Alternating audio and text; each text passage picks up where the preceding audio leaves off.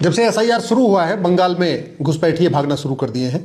आज भी एक खबर आई है कि एक कॉलोनी से लगभग 80% लोग चले गए। पिछले सप्ताह एक खबर आई थी, एक दूसरी कॉलोनी थी, वहाँ से भी लगभग 80% ताले लगे पड़े। घुसपैठिए कुछ बांग्लादेश भाग रहे हैं, कुछ भाग के बिहार में आ रहे हैं, कुछ भाग के झारखंड में आ रहे हैं, कुछ जहाँ जहाँ उनको मौका मिल रहा है आस पड़ोस के राज्यों में भागते चले जा रहे हैं। लेकिन क्या ये एसआईआर करने से घुसपैठिए पूरी तरीके भाग जाएंगे? क्या एसआईआर ही अस्थायी समाधान है? क्या एनआरसी ही अस्थायी समाधान है? अगर इसको आपको समझना, सबसे पहले घुसपैठ का मूल कारण समझिए। घुसपैठ का मूल कारण यह है कि हमारी बाउंड्री पूरी तरीके खुली हुई है। हमने चीन जैसी दीवार बनाई नहीं। हालांकि 15,000 किलोमीटर हमारी बाउंड्री है, चीन ने तो 21,000 किलोमीटर ऊंची दीवार 21,000 किलोमीटर लंबी दीवार बना रखा है। अगर हम साल भर में 1,000 किलोमीटर बनाए होते तो पिछले 75 साल में अब तक हमारा पूरा का पूरा बाउंड्री जो है सुरक्षित हो चुका होता, आराम से 25-30 फीट ऊंची दीवार बन गई होती। लेकिन वो प्रायोरिटी में थी नहीं, इसलिए हमने कभी भारत की दीवार बनाने के बारे में सोचा नहीं।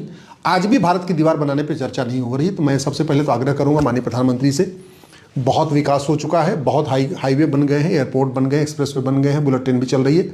1 साल के लिए, 2 साल के लिए सारे विकास छोड़ दीजिए। अब जितने आर्किटेक्ट हैं, जितने इंजीनियर हैं, जितने लेबर हैं, जितने मिस्त्री हैं, सबको भारत के बॉर्डर पे लगाइए। जितनी हमारी कंपनियां हैं बड़ी, चाहे अदानी हो, चाहे अंबानी हो, चाहे लार्सन एंड टूब्रो हो, या जो भी इस तरीके का प्रोजेक्ट करती हैं, चाहे वो जीएमआर हो, जो भी इस तरीके का प्रोजेक्ट करती हैं, हाईवे या एक्सप्रेसवे का या रेलवे बनाने का, सबको बॉर्डर पर लगाइए और कम से कम 25 से 30 फीट ऊंची भारत की दीवार बनाइए। साल भर लगेगा, 2 साल लगेगा, 3 साल लगेगा, लेकिन अब समय आ चुका है कि सबसे पहले भारत को सुरक्षित कर लिया जाए। दूसरा, घुसपैठ का मूल कारण है घटिया कानून और घुसपैठ का मूल कारण है भ्रष्टाचार। बॉर्डर पे खुला हुआ है, एक तो दीवार नहीं है और ऊपर से भ्रष्टाचार इतना है कि सजा उजा होती नहीं है। तो आराम से 2-2 हज़ार रुपये वहाँ बॉर्डर का रेट है, वहाँ से घुसपैठिए 2 हज़ार रुपये देकर अंदर आ जाते हैं।